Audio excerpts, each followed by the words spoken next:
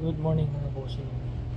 Ito pala yung laundry nila bossing. Ayan, ganyan. Yung washer sa baba, tapos dryer sa taas. Yan yung sa laundry nila. At saka yan. Washer, dryer. Napakaliit mga bossing. Maliit yung space dito. Tapos mag-fold tayo mga bossing ng towels, pero may night shift kasi sa likod ko at saka harap. So video na lang natin mga bossing yung fold ko kasi hindi ako makapagsalita, baka magising.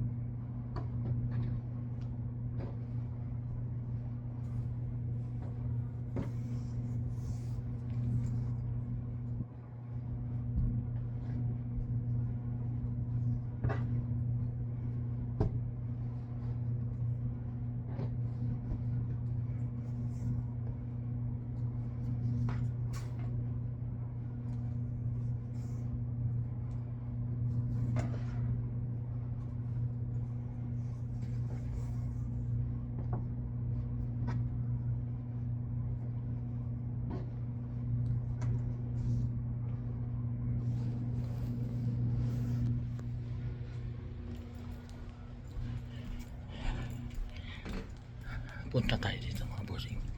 Dito mga bossing, iba yung patakaran nila, iba yung kanila mga bossing. Halimbawa may vacant room, nag-check out kanina, no? Hindi yan ilalagay sa workload mo na may check out. So dapat pag makita mong vacant room, so gawin mo ng check out, kasi ganyan yung patakaran dito. Tapos hindi sila magsasabi kung dyan, check out ito, ganyan. Hindi. Dapat kung makita mong vacant, gawin mo ng check out, ganyan. Pareho kanina,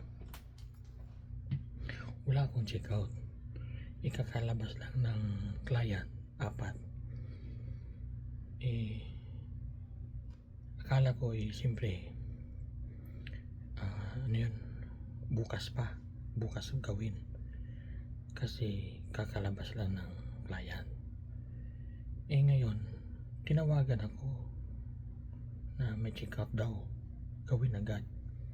So napakuan ako, parang siyempre natural na magalit ka kasi rush na yun at saka dalawang dorm yung hinawakan ko. So nalinis ko rin. Parang malaking challenge sa akin ng yung patakaran nila dito iba.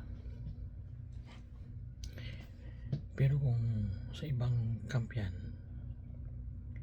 ilalagay sa workload mo na swap, ibig sabihin gawin mo na agad kasi swap.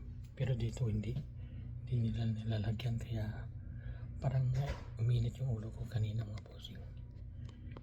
Kaya yun, malaking challenge. Tapos ito yung 2 at 3 dorm sa labas, ipasilip ko mga bossing. Ayan, isa doon, bali 3. Ayan, 1, 2, 3 yung sa dulo mga bossing. Hindi pa kasi tapos kasi ko niya, bago lang itong bukas. Tapos sabi temporary lang to kasi may ginagawang dorm doon sa ibang area, 15 minutes drive siguro. Tapos yung client is 1,000 plus daw, sabi ng housekeeping kanina. anang supervisor, housekeeper. Mga 1,000 plus daw yung darating na clients doon. So malaki ito. So yun lang mga bossing, pasensya na kasi hindi masyadong malakas yung boses ko kasi maraming night shift dito. So yun mga bossing, thank you for watching. Sana supportahan nyo ka palagi sa YouTube channel ko, at saka yung hindi pa nakasubscribe, please subscribe naman kayo sa YouTube channel ko. Thank you.